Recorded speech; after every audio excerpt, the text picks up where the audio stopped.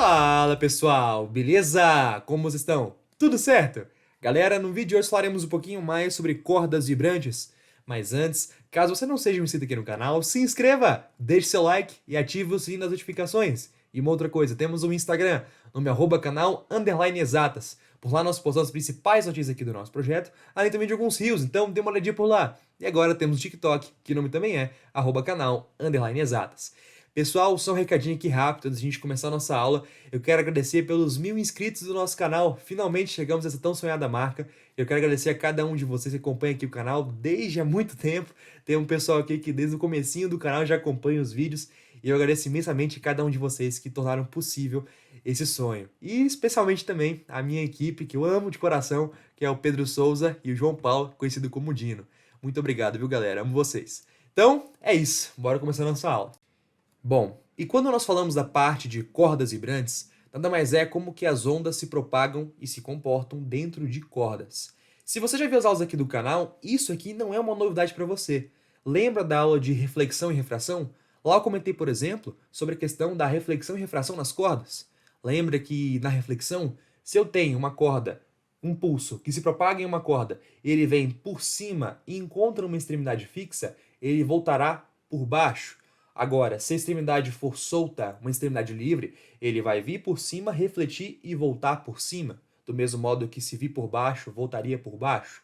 Isso faz parte da reflexão que se encaixa no conceito de cordas vibrantes. Outra coisa, a reflexão. Eu comentei com você que se eu tivesse uma corda com duas partes, uma com uma densidade linear e outra com outra densidade linear, ou seja, meios diferentes, a gente viu que se um pulso se propagasse indo desse meio para o outro, o que ia ser conservado era a sua frequência, mudando o seu comprimento de onda e também a sua velocidade. A gente já viu isso. Outra coisa que eu também comentei com vocês é sobre a velocidade de propagação de cordas, que temos uma aula específica para isso aqui no canal, onde eu mostro para você a fórmula de Taylor, a equação de Taylor, que ela associa a força de tração com a parte da velocidade e também a densidade linear. E também uma outra aula eu comentei com vocês a parte de ondas estacionárias e interferência, que também são assuntos de cordas vibrantes. Ou seja, se você já veio acompanhando as aulas aqui do canal, esse assunto de cordas vibrantes não é novo, é o que você já viu. Então, fique tranquilo porque a aula de hoje é só um reforço. Eu quero trazer aqui algumas conclusões que talvez não tenham ficado tão claras e mostrar para você uma fórmula, que é essa bem aqui, ó, equação de Lagrange, que é uma que é muito importante e que ela vai associar tudo que a gente já viu, tá certo? Mas para a gente começar essa aula, é muito importante lembrar o conceito de ondas estacionárias. Se você não se lembra, quando a gente fala de ondas estacionárias, é basicamente um fenômeno que ele acontece por conta da interferência e da reflexão. Por exemplo, se eu tiver aqui uma corda que seja presa a uma parede, ou seja, aqui eu vou ter uma extremidade fixa, e eu começo a fazer pulsos nessa corda, repara que o pulso ele vai se propagar. Ele vai se propagar até encontrar com a parede. Ele não vai conseguir atravessá-la. Se ele não consegue atravessá-la, ele vai voltar. Só que quando ele volta, como uma extremidade aqui é fixa, ele vai acabar voltando por baixo. Se eu fizer vários pulsos ao mesmo tempo, eu vou ter a formação de vários pulsos na parte de cima da corda e vários pulsos na parte de baixo da corda. Se eu vou ter pulsos em cima e embaixo, eu vou ter um encontro de dois pulsos. E isso, pessoal, nada mais é que interferência. Se eu vou ter encontro de dois pulsos diferentes, eu vou ter casos de interferência construtiva e casos de interferência destrutiva. Esses encontros de interferência destrutiva com construtiva vai formar como se fosse uma ilusão, vai formar um fenômeno que nós chamamos de ondas estacionárias. Vale ressaltar que se não ficou muito clara essa parte, nós temos um vídeo aqui no canal que falamos só sobre ondas estacionárias e tem a parte de interferência, na parte de interferência construtiva e destrutiva. E o que seria a tal da onda estacionária? A onda estacionária é isso aqui, pessoal. É como se fosse uma onda que ela fica parada, por isso estacionária. Lembra que o pulso ele se propaga na corda. Então aqui está a corda, ele vai indo e caminhando pela corda. Agora, a onda estacionária não. É como se ela ficasse parada. É uma ilusão que a gente vai ter. Mas isso aqui vai acontecer justamente por conta da reflexão e também da interferência. Isso, em resumo, são as ondas estacionárias. Mas a gente também tem que se lembrar os elementos delas. E o primeiro deles é o ventre. O ventre nada mais é que os pontos de interferência construtiva que nós temos. Então perceba que nesse caso, nessa onda estacionária que eu representei, eu tenho que esse ponto é aquele caso de interferência construtiva. Esse ponto é um ventre, é um caso de interferência construtiva. Esse ponto é um ventre, é um caso de interferência construtiva. Assim como esse ponto também é um ventre, porque é um caso de interferência construtiva. Perceba que nessa onda estacionária eu vou ter a formação de 1, 2, 3, 4 ventres. Outro elemento é o nó. O nó são os pontos onde eu vou ter interferência destrutiva. Então, são esses pontos aqui ó, com amplitude zero. Repara que eu tenho um nó, 2 nós, 3 nós, 4 nós e 5 nós. Vale ressaltar, e eu vejo muita gente esquecendo, tá? Dos nós que ficam na extremidade. Se aqui eu tivesse uma parede, pessoal, lembre sempre de contar os nós que estão aqui ó, nas extremidades. Isso é fundamental. Senão você vai errar, se é questão de perguntar, o número de nós. Então tome cuidado, tem esse detalhezinho também, tá certo? Outra coisa importante a gente comentar com relação ao comprimento de onda nas ondas estacionárias. Perceba que o comprimento de onda, como a gente já viu falando há muito tempo, nós conseguimos calcular de uma maneira diferente. Uma delas é contando 4 amplitudes. E eu já ensinei isso para você. É aquele formato de S que a gente tem. Então, ó, uma amplitude, 2 amplitudes, 3 amplitudes, 4 amplitudes. Repara que a distância desse primeiro até o outro ponto seria justamente o nosso comprimento de onda. Tem outras formas. Eu posso pegar a distância de uma crista até uma crista, ou de um vale até um vale. Isso também são comprimentos de onda, tá? Eu quero que você perceba que quando eu estou falando de onda estacionária, eu tenho como se fosse duas barrigas que elas vão formar o comprimento de onda total. E perceba uma coisa, cada uma dessas barrigas que a gente forma, nós temos um nome para elas. É chamado de fuso. Então, esse cara que você está vendo, nós chamamos ele na física de fuso. E repara também que o número de fusos ele vai ser justamente igual ao número de ventres. Olha, aqui eu tenho um ventre, mas eu também tenho um fuso. Aqui eu tenho um ventre, mas eu também tenho um fuso. Aqui eu tenho um ventre, mas também um fuso. Aqui eu tenho um ventre, mas também tenho um fuso. Eu tenho 4 ventres, 4 fusos, tá? E, pessoal, o tamanho do fuso, o tamanho da barriga, repara que vai ser justamente a metade do comprimento de onda. Por que isso? Repara que aqui ó, eu vou ter uma amplitude, 2 amplitudes. Um comprimento de onda total são 4. Se eu tenho 2, é metade do comprimento de onda, tá? Isso aqui então, pessoal, é basicamente você relembrar a parte de ondas estacionárias, beleza? Outra coisa que eu quero que você perceba é que lá no GIF que eu mostrei para você, a gente tem a formação de uma onda estacionária com 6 barriguinhas, ou seja, 6 fusos, 6 ventres. Então olha aqui, ó, no GIF a onda estava sujeita a nada, estava com amplitude zero. Depois começou a vibrar, até chegar na formação de 6 ventres, 6 fusos. Repara que antes de chegar no 6, ela passou por 5 fusos, que antes passou por 4 fusos, que antes passou por 2 fusos, que antes passou por um fuso só. Então, perceba que para chegar no 6, ela teve que passar por outros formatos de onda estacionária diferente. Antes, uma onda estacionária com 5 ventres. Antes, uma onda estacionária com 4 ventres. Outra com 3 ventres. Outra com 2 ventres. E outra com um só ventre. Esses formatos diferentes que as ondas estacionárias têm, de acordo com o seu número de ventres, de acordo com o seu número de fusos, nós chamamos de harmônicos. Então, se eu fosse classificar essa onda aqui, ó, estacionária, no final do GIF, ela seria o sexto harmônico, porque ela possui 6 ventres. Isso aqui, inclusive, nós comentamos na aula de ondas estacionárias, então se ficou um pouquinho de dúvida, dê uma olhadinha por lá que eu explico mais detalhadamente, tá certo? Então, repara que eu vou ter a formação então de harmônicos. O primeiro harmônico que nós temos é chamado harmônico fundamental. Repara que no GIF, ó, a onda estava sujeita a nenhum tipo de onda estacionária. Depois ele aumentou a frequência até chegar na primeira onda estacionária que teve. O vídeo é muito rápido, então não dá para ver direito. Mas o primeiro formato de onda estacionária que teve foi essa aqui. Essa é a onda estacionária de menor frequência que você pode formar. E ela, por ser de menor frequência, nós chamamos de fundamental. É a onda estacionária com a menor frequência que você consegue formar. Tá bom? Repare que essa onda estacionária ela tem somente um único fuso. Ela tem somente um único ventre. Uma outra coisa que eu quero que você perceba é uma relação que a gente pode fazer com o comprimento total da corda e também o comprimento de onda. Perceba que, nesse caso, eu vou ter uma amplitude, 2 amplitudes, ou seja, esse cara aqui, como ele é apenas um único fuso, ele vai ser a metade de um comprimento de onda completo. Ou seja, o comprimento total da corda, nesse caso, ele vai ser igual a metade de um comprimento de onda completo.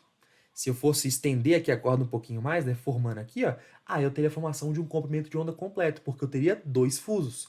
Mas como eu tenho apenas um único, no caso seria então metade do comprimento de onda da corda. Beleza?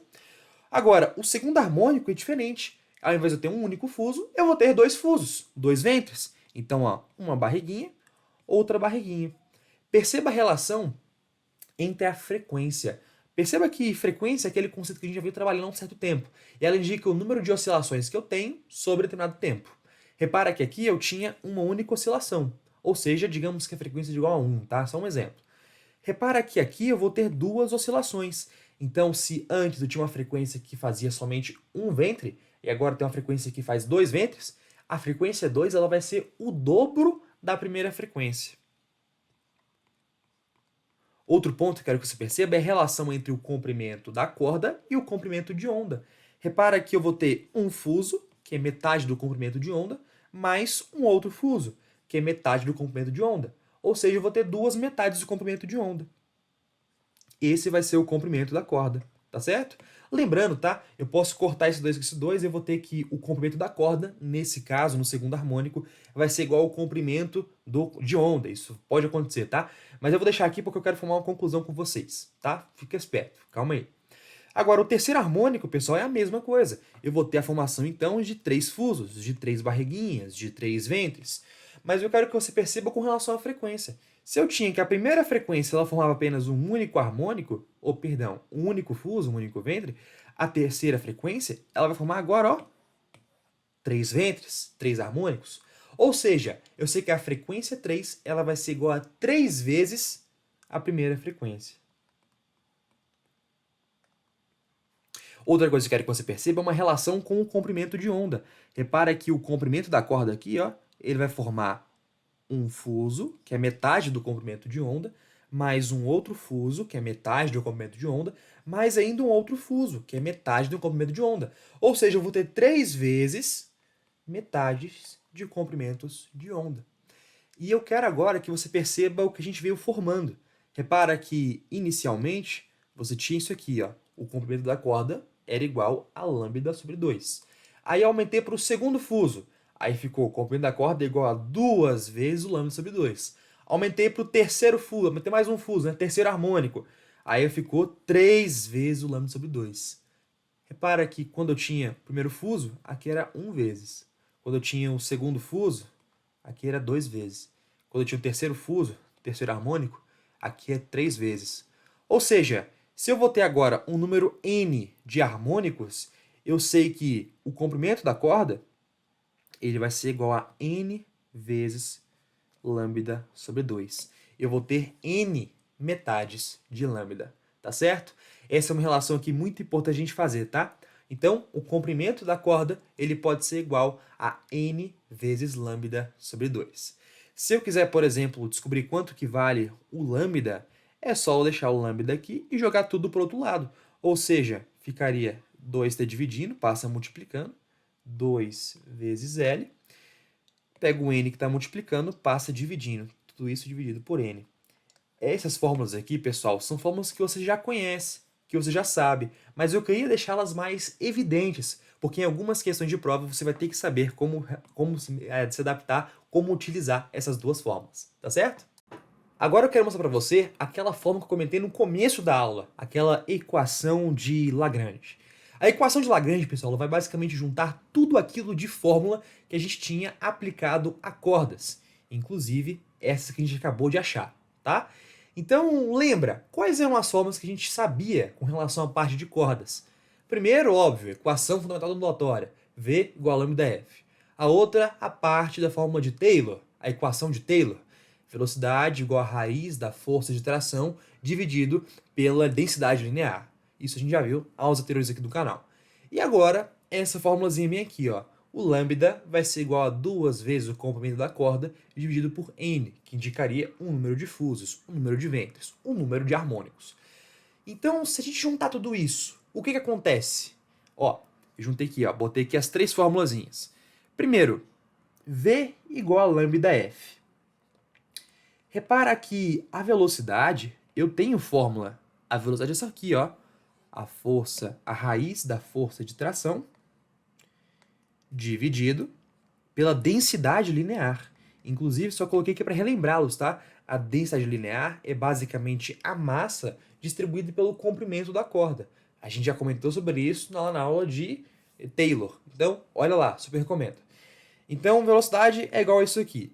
Agora, repara que eu também sei uma outra forma para o lambda. Repara que o lambda, eu posso dizer que ele é igual a duas vezes o comprimento da corda, dividido pelo número de harmônicos. Então, vamos escrever aqui, ó, 2 vezes L sobre o número de harmônicos. E é a frequência, digamos, que eu queira descobrir. Se eu quero descobrir a frequência, eu posso pegar aqui que está multiplicando e passar para o outro lado dividindo. Então, ficaria a frequência igual a raiz da força de tração dividido pela densidade linear, tudo isso dividido por 2 vezes o comprimento da corda sobre N. Perceba então que a divisão de frações repete a primeira e multiplica pelo inverso da segunda. Ou seja, a frequência vai ser igual a raiz da força de tração sobre a densidade linear vezes o inverso da outra, que ficaria N sobre 2L. Galera, essa aqui é a chamada equação de Lagrange, aquela fórmulazinha que eu comentei no começo da aula. Ela é uma fórmula que vai relacionar literalmente tudo que você viu até agora da parte de cordas. Então ela relaciona, por exemplo, a questão da força de tração, ela relaciona a parte da massa distribuída pela parte do comprimento, ou seja, a densidade linear, relaciona o número de fusos, relaciona o comprimento da corda, relaciona a frequência, ou seja, isso aqui é um mistureba, é um mexidão de tudo aquilo que você já viu anteriormente comigo, beleza? Aqui no nosso canal. No mais, galera, é isso. Espero de coração que vocês tenham gostado da aula. Se gostaram, deixe aqui um comentário aqui embaixo. Vale ressaltar que esse aqui, ó, esse PDF tá totalmente aqui na descrição. Tá todo ele na descrição, perdão. Então, dê uma olhadinha também. E qualquer coisa, só deixar um comentário aqui embaixo e a gente responde você, beleza? Um forte abraço, fiquem bem, bons estudos. E é isso, galera. Tamo junto. Até uma próxima aula. Valeu!